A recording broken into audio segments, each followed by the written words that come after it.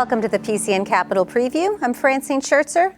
Today we'll talk about voting laws in Pennsylvania. You can join our discussion by calling us toll-free at 1-877-PA6-5001 or text us at 717-219-4001.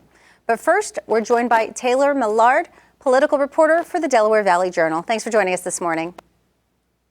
Thanks, Francine.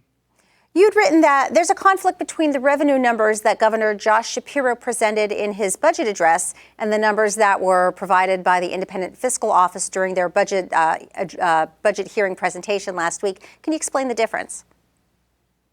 Yeah, the big difference is that there is basically an $825 million difference from what the IFO projected and what Governor Shapiro's office projected. Shapiro being higher than what the IFO is saying. Now, when it comes to why this happens, it just has to do with revenues. However, it's a big deal due to the fact that $825 million is essentially what the governor's office wants to spend on education for the new education formula. The numbers provided by the Independent Fiscal Office were $8 billion less than the governor's projections over 5 years. What would that mean for Pennsylvanians potentially? Well, potentially what it could mean is higher taxes as well as even more spending cuts. That depends on who you talk to, obviously. With the IFO, when they talked about their projections, they said that the biggest problem is that the rainy day fund would end up completely drained by 28-29 is the big issue. Now, a lot of times when there's deficit spending, that's something that you see governments tend to do on a regular basis. You look at the federal government, they deficit spend all the time.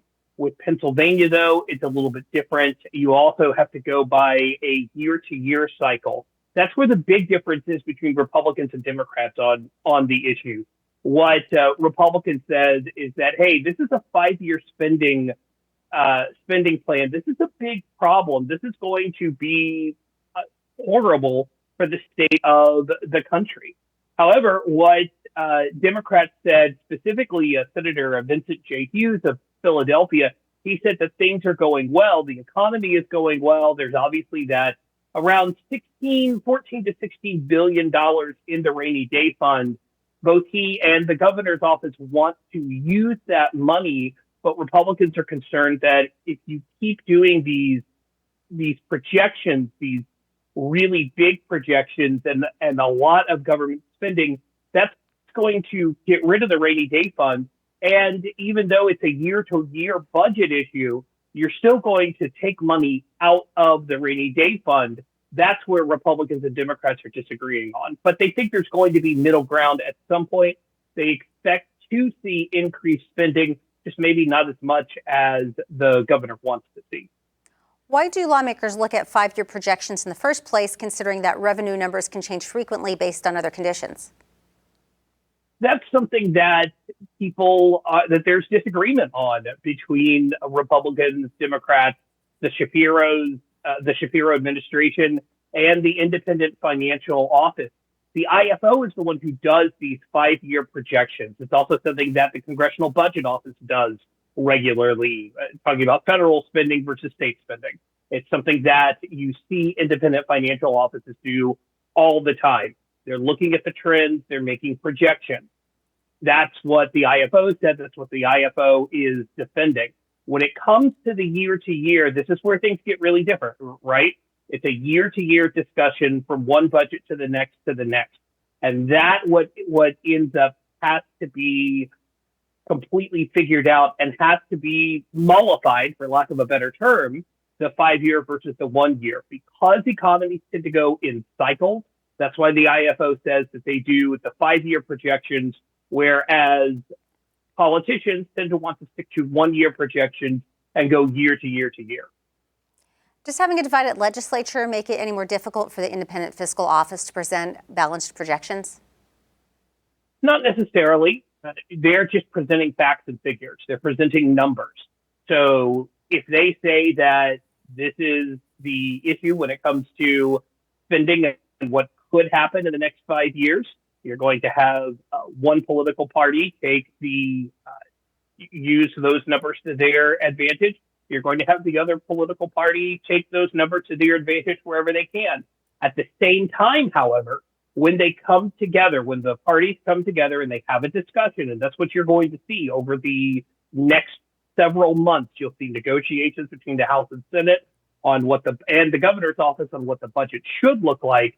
And then there will be a decision either by May 30th, although obviously that can be a little bit delayed. We saw that last year when the budget didn't get finalized until August, and then almost didn't get completely finished until late December.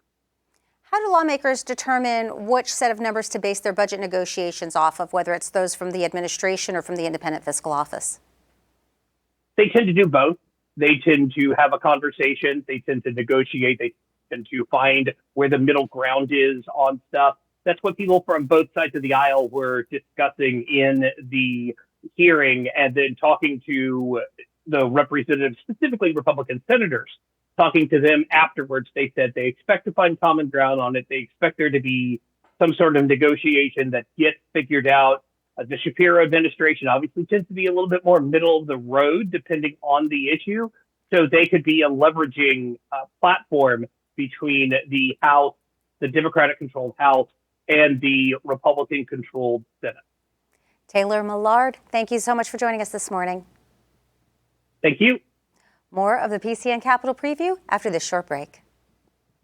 Welcome back. Our guests are Senator Amanda Cappelletti, Minority Chair of the Senate State Government Committee, and Senator Chris Dush, who serves as Majority Chair of that committee. Pennsylvania's election law was revised with Act 77 of 2019.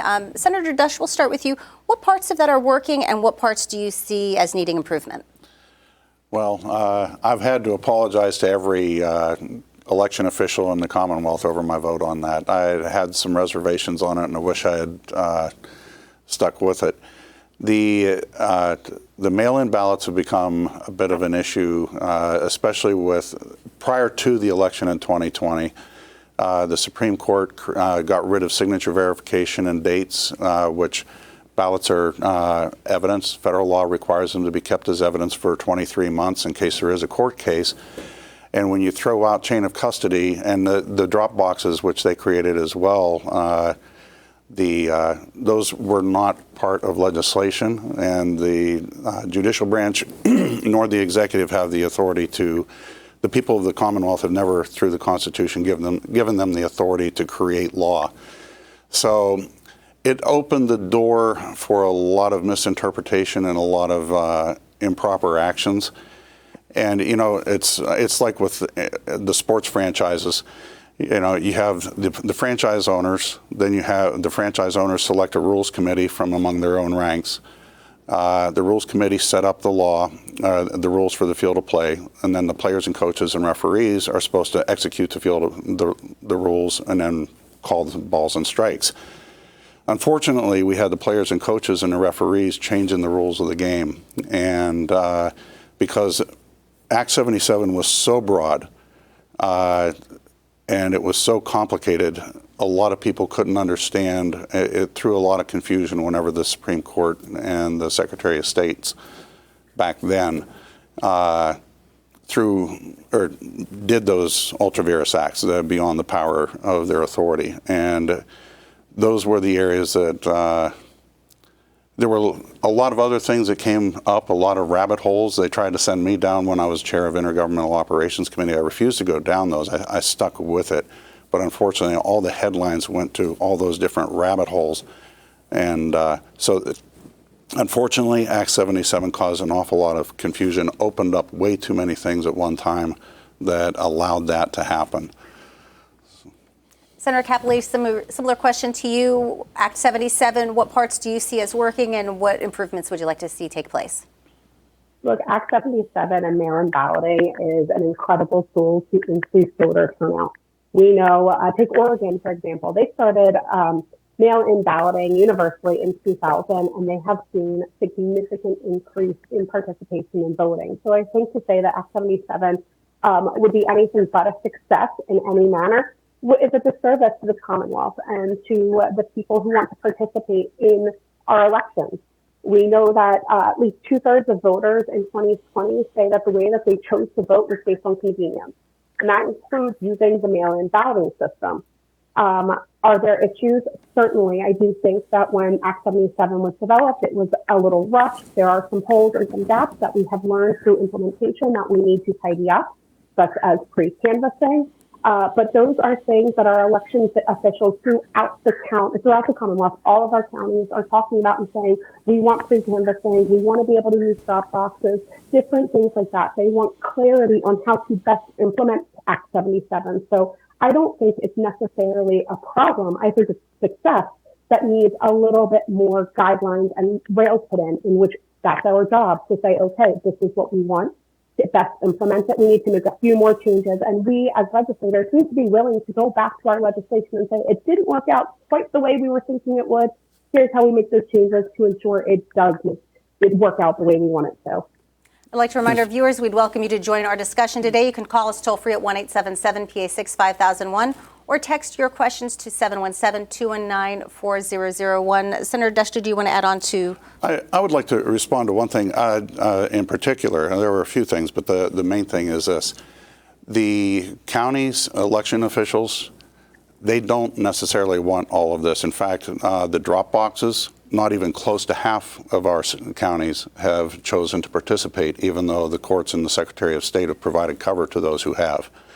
So, and when it comes to pre-canvassing, most of the counties, I was in front of CCAP and I was outnumbered 3-1 on the panel, but the biggest applause of the evening when I was saying, I'm willing to make it the most expensive 2 days in the Commonwealth. I will help you pay for people to be there to count the ballots and make sure that they're done on election night and that you have a number of people that you need. If we've got to increase the amount of pay for the people who are working the precincts and that sort of thing, I'm happy to do it. We've just got to get, everything stems from what happens when the people in their rights as a franchise owners in this Commonwealth select the people that they want to represent them on both in the legislature, the executive, and the judicial. So everything stems from that.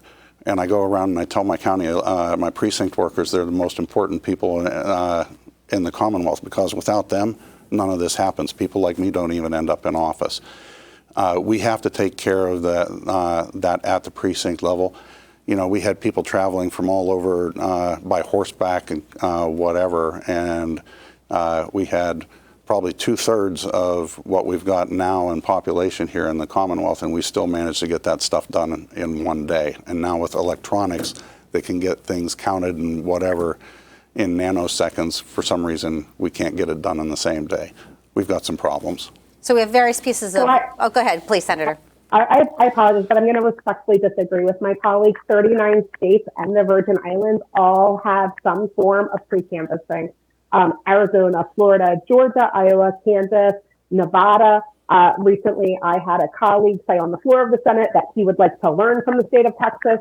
Texas has pre-canvassing. In Arizona, the ballots can be processed upon receipt. Same in Florida. In Georgia, they do signature verification upon receipt. In Texas, they can begin processing no more than 20 days prior to an election. So I think to say that we can get it all done in one day and just get it there, we know that that's not happening, especially in major elections, gubernatorial elections.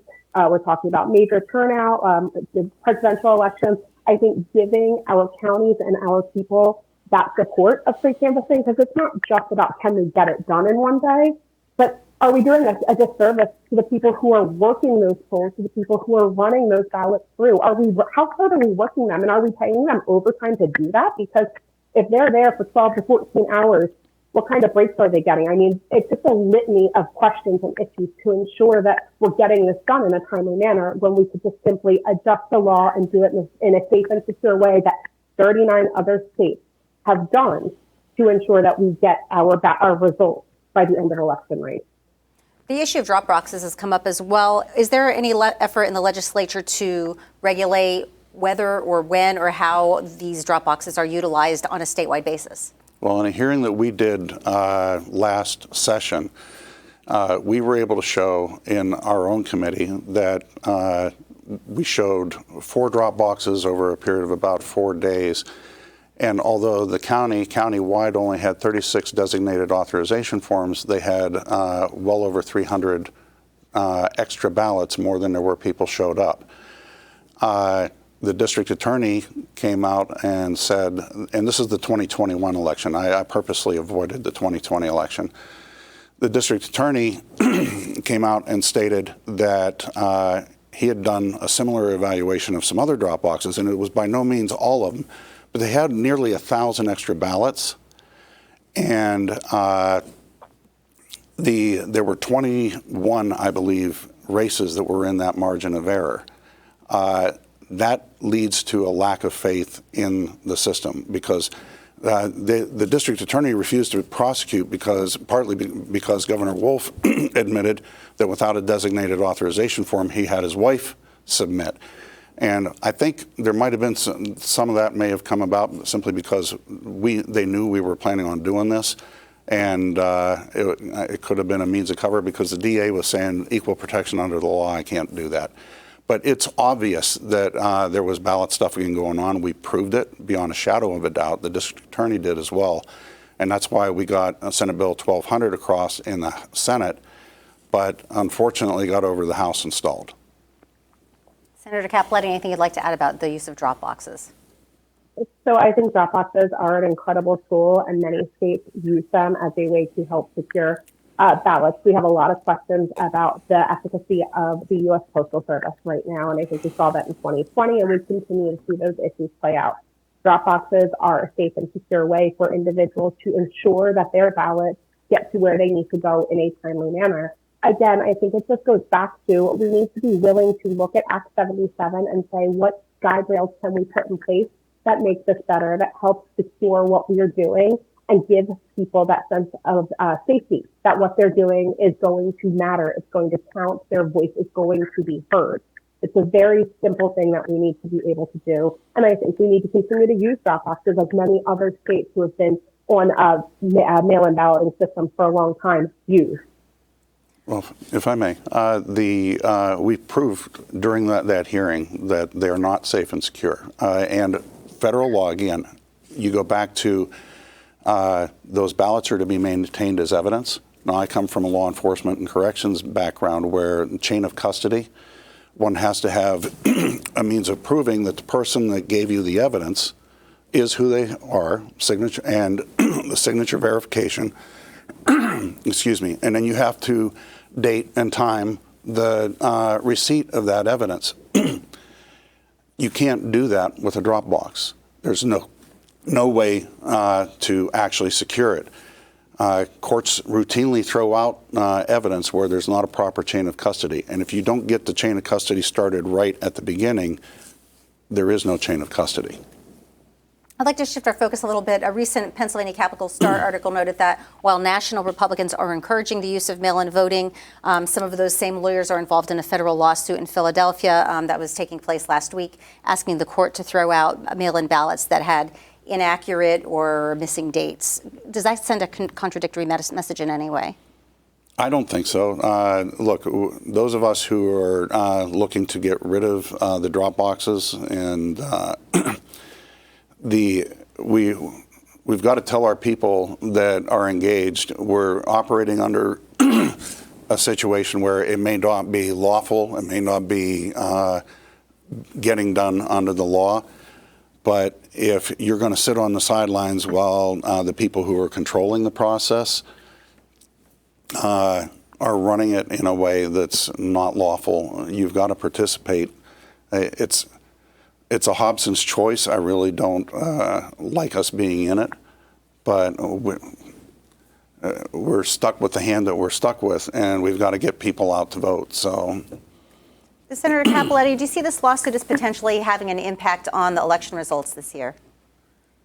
It very well could, but I think that what's really important here is that there's a consistent message that mail-in balloting is safe, secure, and a great way for you to be able to vote if you're uncomfortable going in person because of your health issues, if you're unable to go in person because of health or familial issues, if you are working. A family like mine, I grew up in a lower middle class family. Neither of my parents went to college. There were moments in my life where both of my parents were working 2 jobs, and come election day, they may not be able to make it during that 7 to 8 because they went from one job to the next and weren't home until 9 or 10 o'clock at night. And previous to Act 77, they wouldn't have been able to vote that day.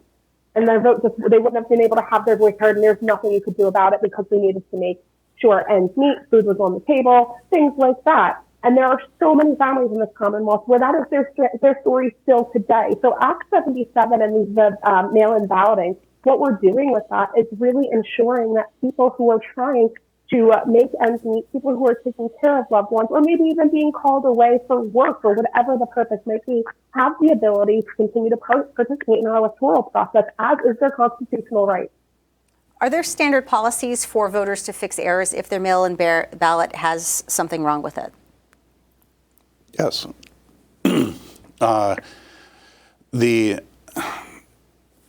Which errors are you talking about specifically? Just talking about curing in general. The guidances that have come down from the Department of State have been rather confusing, and we've basically got 67 different ways with 67 counties of determining how that process is being done. Are counties required to notify a voter if they find something wrong with the ballot? No. Let's move on and talk a little bit. Senator Dush, you're involved with the Pennsylvania Freedom Caucus. They filed a civil rights complaint in part over the Shapiro administration's policy for automatic voter registration if you get a driver's license. Can you talk a little bit about that lawsuit and the reason it was filed? Absolutely. Again, I have law enforcement and corrections background. One of the things they teach you right out the gate in the law enforcement academy is that you are the force end of government, and when you're out there as a law enforcement officer. But that force, there's also the implied use of force. That can be as simple as a letter showing up from the IRS. You know, people get intimidated over that. With the law enforcement officer just showing up, that's called the implied use of force. It's been recognized by the federal courts for many, many decades. So when the governor puts something on there, it says you will be registered, and that's exactly what it says on that thing, or on the driver's license thing. There's an implied use of force there. And we in the legislature, being the Rules Committee, we've never given the executive branch the ability to do that. Anytime there's to be use of force, whether it's implied or otherwise, only the legislature can authorize that use of force. So the governor went above and beyond what he's authorized, and I've asked them, you know, there are 3 elements in the law, the declaratory, the 3 components that are necessary. I'm drawing a blank and not to hold things up here. And for a law to be valid and before it leaves the legislature, and none of them. I've asked the Secretary of State and the governor's office, and the Secretary of State's in the hearing and at the event where they showed us how it was being done, where do you get the authorization? And there's nothing in the things that they're citing that fits those 3 elements. Senator Capoletti, your thoughts on the Shapiro administration's automatic voter registration and how it relates to this complaint filed by the Freedom Caucus? So I'm dismayed by the complaint that's been filed because automatic voter registration is an incredible tool that helps to get people more involved in our political process and voting for who their governance structure, how their governance structures are going to run. It doesn't assign them a party.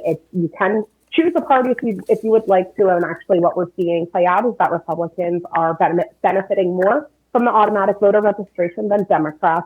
So with that in mind, I still think it's an incredible tool. I want people to participate. I don't care what your political philosophy is or your view is. I want people to know who is on their ballot, when they're voting, why they're voting, what they're voting for, how it impacts their life. And when you start to have that process and that conversation, and people start to get that information. Oh, hey, I'm registered to vote. Oh, this happened.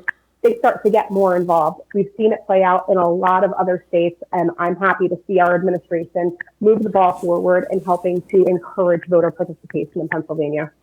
If I may, I agree with the intent that we get more people registered to vote. I'm out there trying to get people who aren't registered, and I have registered people to vote.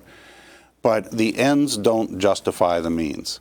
And when the executive doesn't have the authority to do this, and I'll go to O'Neill versus Insurance Company, Justice Williams said, the effect of our case is to settle firmly the rule that the law must be complete in all terms and provisions when it leaves the legislative branch in government, and that nothing must be submitted to the judgment of the electors or other appointee of the legislator, except an option become or not to become subject to its requirements and penalties.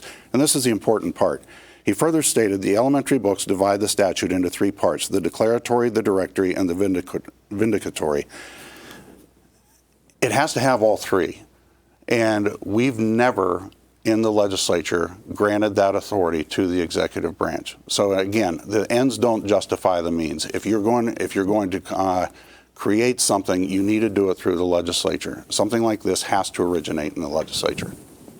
So we have the National Voter Registration Act, which is what PennDOT uses to give people the ability to register to vote at PennDOT when you're there, which is really important. And quite frankly, as a barred attorney in Pennsylvania, I don't see any issues with this. Personally, we worked with some of our caucus attorneys to make sure that our understanding of this is and the legality of it. And I think I respectfully disagree with my counterpart on whether or not we have the governor has the authority to make this change and do this, and we're seeing it play out. And I think it does indeed justify the means because it is legal, and we're seeing more people participate in Pennsylvania. May I ask, where does it meet all three elements? I don't know that it needs to meet the three elements that you're discussing. I think what we need to understand is that this is a slight change in what he can do that is allowed through the National Voter Registration Act. But what the justice was referring to was the Constitution and the elements that are required for an act to be constitutional. And if it's not constitutional... So the National Voter Registration Act is not constitutional? It's not that. What I'm asking, where do they meet those three elements? Because the NVA doesn't cover that.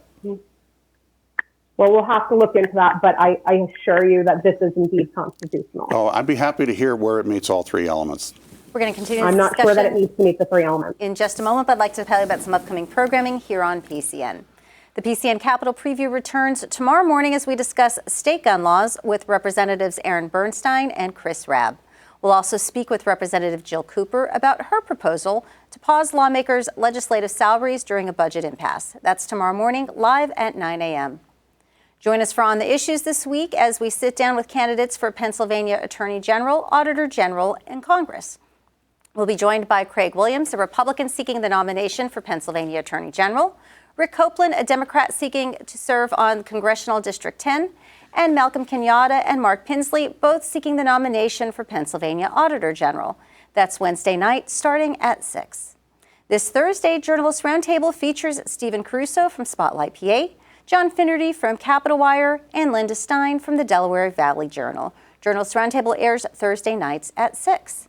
If you enjoy PCN's coverage of politics and policy, sign up for our political newsletter, the PCN Capitol Preview. There you'll find highlights of the day's news, along with links to live event coverage and PCN original shows. To subscribe, visit PCNTV.com. Thank you for watching PCN. PCN is a 501c3 nonprofit television network that receives no government funding. We're relying on viewers and donors like you to help PCN to continue to bring you everything Pennsylvania. To make a donation, visit PCNTV.com. And now let's get back into our discussion. There have been several proposals to create open primaries in Pennsylvania. Is that something that you see as possibly occurring anytime in the near future? Senator Capoletti, we'll start with you. I would love to see that move forward in the near future. I think open primaries is a really important piece of legislation. Right now, as it stands, the way our primaries work is you have to be a registered Democrat or Republican to be able to participate in either in the primary and within that very specific party. I have an older brother who's a registered independent. He does his research. He doesn't always want to vote for the Democrats. He doesn't always want to vote for the Republicans, but he would love to be able to participate to help determine, because there are times where he's really liked candidates on either side, but those candidates don't necessarily make it through because his voice isn't allowed to be heard in a primary. So I am all for seeing that move forward. And I think as we continue to have discussions on how to improve voter participation in Pennsylvania, that is one of those policies that we can certainly continue to hammer out. And I'm hopeful that we can see it move forward. Senator Dush, your views on open primaries? Well, this is like, open primaries is like having the Baltimore Ravens decide who's going to play for the Steelers or the Eagles. You know, we have the ability in Pennsylvania to have the independent party or any other party elevate itself to the point where they can get a primary. And if the people who are in that want to effectuate that, they're free to do so. And quite honestly, I'm willing to work on legislation to allow them to be able to do it. But when it comes to look, you're picking your team, whichever team you're going to be on, and allowing somebody from another team, even if it's a third-party team, to select. You know, when you get to the playoffs, you know, that can affect the championship, or it can affect the game the whole way up to it. So, again, pick your team. If you want to get your team as part of the elevated to the point where it can be in a primary, I'm all for it. Well, if I might actually, this isn't the Baltimore Ravens picking for the Philadelphia Eagles or the Pittsburgh Steelers. This is the undrafted player deciding what team he wants to play for. This is the person who may want to try out for the Eagles, and that works out great. Or maybe they want to try out for the Steelers, and that works out great this cycle. It is not another team picking for random people, especially with the way that the current bill is written, which I'm a co-prime, or not a co-prime, but I have signed onto that bill. It is independence. It is that player, use of a ball analogy, it is that player picking which team they'd like to try out for and maybe play with and hopefully play with in the playoffs. So I think that that's a more accurate analogy of what an open primary looks like, specifically with the bill that's been proposed by Senators Fascola and Laughlin. Well, that analogy actually doesn't hold up, because the draft is like unto the primary, and those players don't get a chance to determine whatever team they want to be on. They're selected in the draft, and like our franchise with the Commonwealth, you know, you've got a team that you want to be on. You either become part of that team, or if you were saying it was he wants to decide if he's going to be on the Steelers or the Eagles. Well, then make your choice. Get on that team, because you're free to become a Democrat. You're free to become a Republican. But if you want to be drafted into that particular franchise, then you've got to be part of it. Agree to disagree. I think that the players should be able, which are the voters, should be able at each time to decide who they're trying out for. And if it ends up being a good fit, they'll go to the playoffs or the general election with them. And if not, they choose the other team. Part of Pennsylvania's maintenance of voter rolls is through a program called the Electronic Registration Information Center, also referred to as ERIC. Senator Dush, you had recommended Pennsylvania exit that program. Why? Absolutely. Look, first of all, Eric Becker, who founded this thing, is an extremely partisan individual. The things that the other states that have withdrawn from the system, they found that when they create their own systems, Louisiana, Ohio, others, we had the Secretary of State from Ohio, and they're doing a better job without Eric in cleaning up the voter rolls than they did when they had it. And we need to seriously get our Department of State doing its job in cleaning up those voter rolls. And we've also, I'll be honest with you, there's some things legislatively that we need to do to help enable that to happen. But Eric's been tied in with Sensing and Catalyst, and they open and giving our public or our private citizens private information to a third party. You know, The same Department of State that's giving that out to Eric was fighting me from having access to it in order to find out whether or not they were doing a proper job.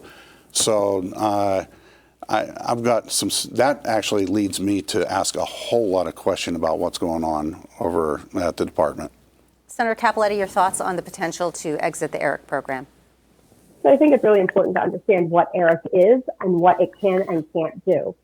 So ERIC is a voluntary system that helps maintain about 24 member states' accurate list of registered voters by sharing data that allows officials to identify and remove people who have either died or moved to other states. It's really important to know that ERIC absolutely is never connected to any state's voter registration system, and that members of ERIC retain complete control over their voter rolls. So that being said, what's happening in Pennsylvania is we have legislation that really blocks us from being able to utilize ERIC to its fullest potential. Secretary Schmidt, in his hearings, talked about the importance of making that legislative change to allow our counties to be able to utilize the data that comes from ERIC to clean up our voter rolls. It's a simple legislative fix, and we should absolutely be able to use that. Because we know that there is a long, arduous process if we're not using the information we have to be able to remove people from our voter rolls if they died in another state, if they moved and never re-registered to vote elsewhere. It can take up to 7 years before legally somebody can be removed from their data rolls. So ERIC helps us maintain that and helps us get good information, because if somebody has moved out of Pennsylvania, doesn't make that change here in Pennsylvania, but registers to vote elsewhere, that's information that ERIC helps to ensure that those states communicate in that way. And the other piece to know is that analyses using all 12 voter removal metrics shows that states remove a higher percentage of their voters from voter rolls than non-ERIC states. Oftentimes, conspiracy theorists and people who don't like ERIC or have decided that it's a partisan issue or a partisan organization, which it is not, are cherry picking which data metrics they're using instead of looking at all 12 of them. Another issue that is not specifically before the legislature right now, but has been a subject of debate at least for the last decade, if not longer, is that of voter ID. Could you just talk briefly, give us your views on voter ID and whether you see that as something that may come down the pike anytime in the future? Senator Capoletti, I'll give you the floor first. So I've been against voter ID from the beginning. I think if we're going to do anything that has to do with voter ID, it needs to be a broad list of options that can happen. And also, if we follow suit in like a county like Delaware, or not, excuse me, not a county, a state like Delaware, they have voter ID or signing a sworn affidavit saying, I am who I say I am, correct? So I think that we need to have multiple options, because if we don't, we disenfranchise voters. We disenfranchise the elderly, the disabled, the low-income communities of color that maybe can't get their ID, renew their ID in a timely manner, can't afford to do all of those different pieces. So if it's something that we're going to move forward with, then I think we need to think very broadly about how we do that, so that we ensure that people who have a hard time accessing IDs for any enumerated reasons can still participate in our elections and our election process. Well, I'm 100% for it. It was interesting. For over 200 years, you pretty much had to prove who you were whenever you showed up, and it worked very well. And again, it goes to that chain of custody issue. So I can pretty much leave it there. Almost one of the highest popular things here in this Commonwealth is voter ID. People want folks to have voter ID and or present an ID whenever they come to vote, especially if the people who are the precinct workers, and God bless them, I mean, many of them have been around for a couple decades, so they know the people who are coming in to vote. But if they don't, you should be required to present something that proves who you are. What can be done to instill confidence in Pennsylvania's elections? I will say this. We had a much higher degree of confidence among the voters. I mean, there were always votes or elections that were contested ever since we've been founded. But seriously going back to paper ballots where people are filling them out at the precinct, turning them in, allowing the precinct workers to count them there at the precinct, have chain of custody on those ballots from the very beginning. When we've got the machine errors that we're showing in some areas of the Commonwealth, believe it or not, we don't have, we certify gas pumps every year, but we don't certify election machines. And by far, the election machines have a more direct impact on us. There are things that need to be done to go back to a simpler way of doing things, and instead of all this complexity. I'll leave it there because I know we're kind of constrained on time. Senator Cappelletti, I'll give you the last word. So I think it goes back to making changes to Act 77 and improving our mail-in balloting processes, addressing concerns that have to do with drop boxes, and making sure that our counties can start that pre-canvassing process. I think being able to get your election results on election night does a lot to instill confidence in people. And when we start those processes a bit early, it doesn't have to be the counting process, but it is the pre-canvassing. It's the signature verification piece. It's the pulling it out of the envelopes and preparing it to run through the machines. Those different pieces. We can certainly start, and I think that will help to grow confidence. Although I would argue, a lot of people do believe that our elections are to continue to be fair, safe, and free elections here in Pennsylvania, and they're not as concerned as some people might think they are. Sometimes the loudest voices are not always the most voices that, so to speak, but not everybody is clamoring about that. People have other concerns that they're thinking of. Senator Cappelletti, Senator Dush, thank you both for joining us this morning. Thank you for having us. PCN's Larry Casper spoke with Representative Brian Monroe about his bill to keep children safe on social media.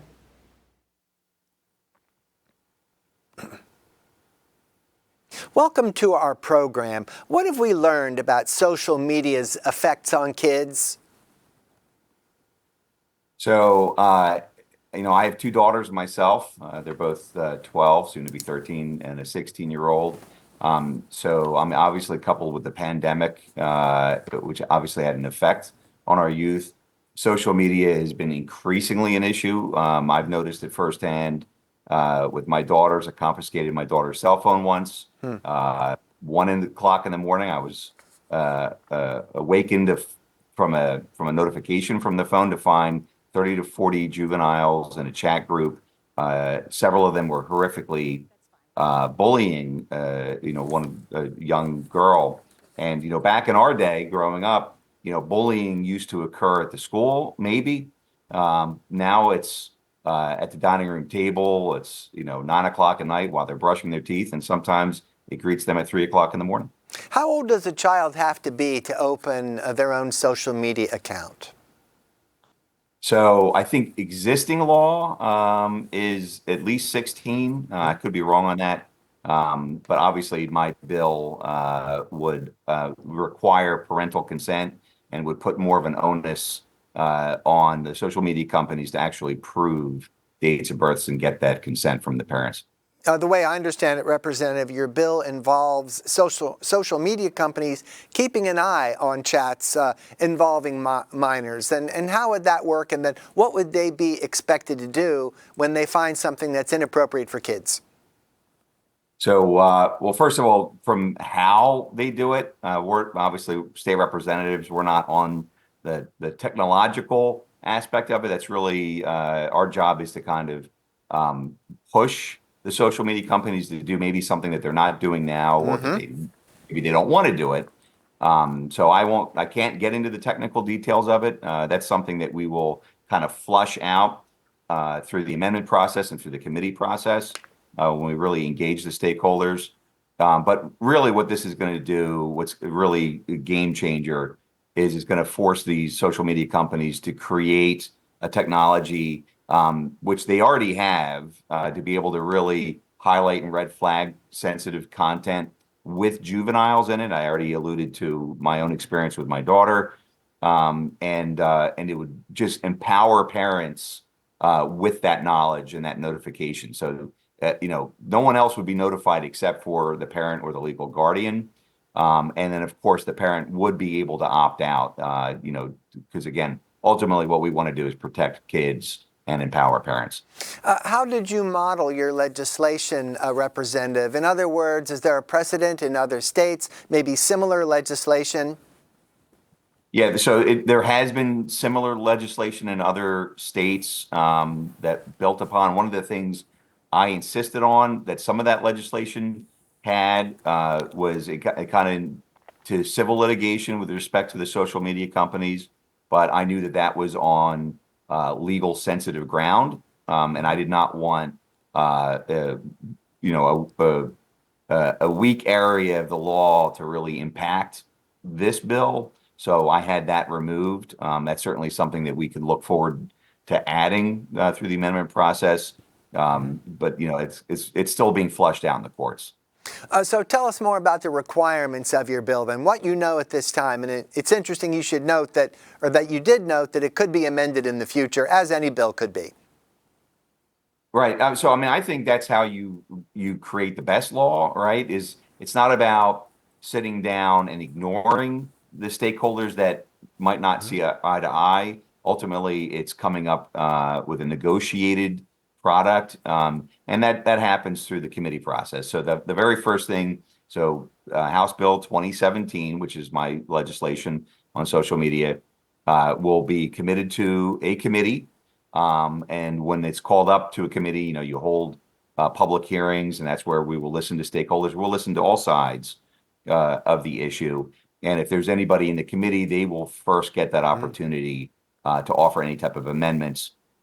Once it passes out of committee, then you go through a second amendment process that can happen from the House floor.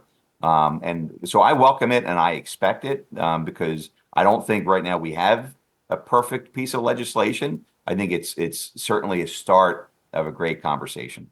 Now, I understand you viewed a documentary about social media's impact on mental health. So tell us what you saw and what you got out of that.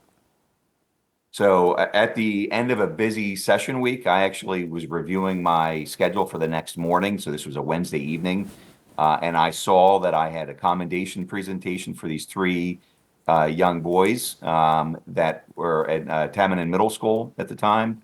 And they won a C-SPAN award for this video. And that tackled this subject, social media's impact on their peers and children in general. And it didn't occur to me at the time when I first watched it. I just thought it was great quality. And then it wasn't until I was in front of the parents and I was in front of the kids and at the middle school where it really occurred to me, this was all about a piece of hypothetical legislation. Now, that was at the federal level, but you have a legislator here in front of you, the state level. And sometimes federal law comes from state law, especially if it's a good piece of legislation. So that's where I challenged them. I said, let's do it. You mentioned it in your video. You have a legislator in front of you. Let's work together, me and the three boys and the parents. And that's exactly what we did. Representative Brian Monroe, thank you. Thank you very much for your time. That concludes today's show. Join us for another episode of the PCN Capitol Preview. We'll discuss Pennsylvania's gun laws tomorrow morning, starting live at 9 a.m. I'm Francine Schertzer. Thanks for watching.